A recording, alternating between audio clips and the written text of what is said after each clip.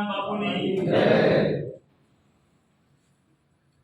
અંતે વધારે રોયલ ક્ષત્રિય ઠાકોર સમાજના અધ્યક્ષ શ્રી રમેશભાઈ ઠાકોર સાહેબ, નહેરુજી ઠાકોર, સોતવાડાથી સરપંચ શ્રી દશરથજી ઠાકોર, કિસ્મતભાઈ ઠાકોર, રેવાજી ઠાકોર, અપાજી ઠાકોર, તમામ મંચસ્થ મહાનુભાવો, આપ સૌને મારા રામ રામ। આપણે દર વખતે શિક્ષણની વાત કરીએ છીએ અને ખરેખર શિક્ષણ સમાજમાં ખૂબ ઓછો છે એટલે જ આપણે વાતો કરીએ છીએ। સમાજ શિક્ષણથી પાછળ છે અને એમાંય ધાનેરા તાલુકો તો ઘણો પાછળ છે। બીજા તાલુકા કરતા ધાનેરા તાલુકો ઘણો પાછળ છે। આપણે ધાનેરા તાલુકાની અંદર અત્યારે હાલ જે સોશિયલ મીડિયા ઉપર જે ચર્ચાઓ થઈ રહી છે, જે સોશિયલ મીડિયા ઉપર જે લખવાવાળા લખાણો લખે છે, આ સમાજને કઈ દિશામાં લઈ જવા માંગે છે, આ સમાજને કયા માર્ગે લઈ જવા માંગે છે, સોશિયલ મીડિયામાં જે લખી રહ્યા છે એમને હું કહેવા માંગુ છું કે આ સમાજને શું કરવા બેઠા છો તમે? સમાજનો કયો ઉદ્ધાર કરવા બેઠા છો? સમાજનું ધાનેરા તાલુકામાં એક પણ પગથિયું મૂક્યું હોય તો કહો, એક પણ નવી ઈંટ મૂકી હોય તો કહો, ખાલી લખી લખીને વાતો ના કરો, કંઈક કરી બતાવો,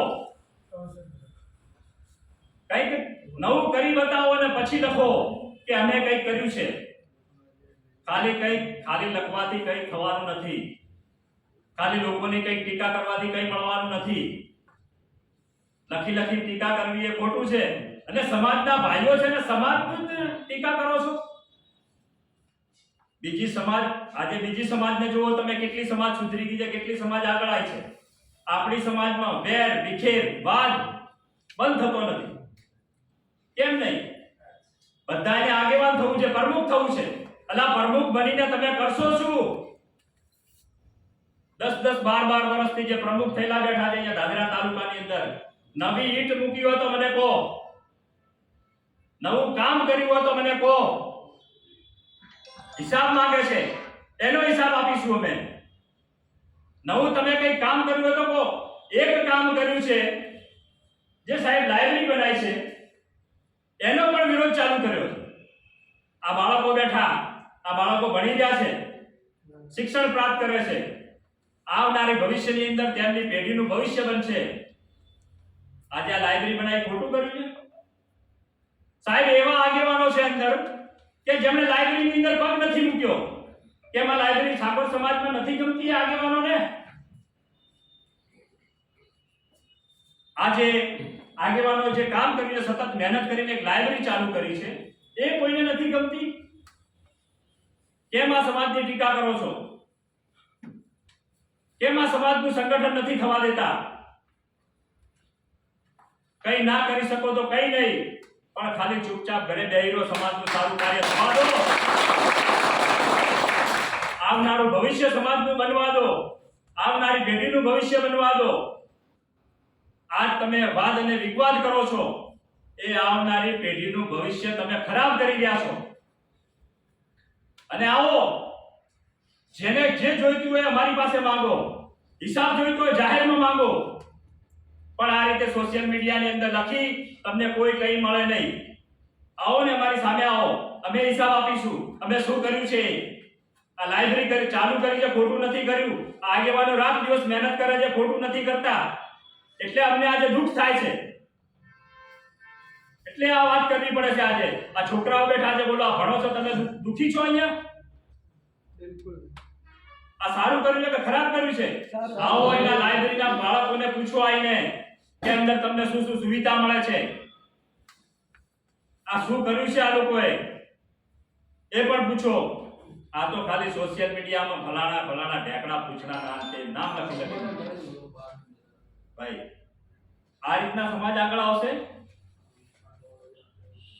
સાથ અને સંગઠન, સાથ સહકાર આપો, સમાજનું સંગઠન કરો અને સારું કાર્ય કરો।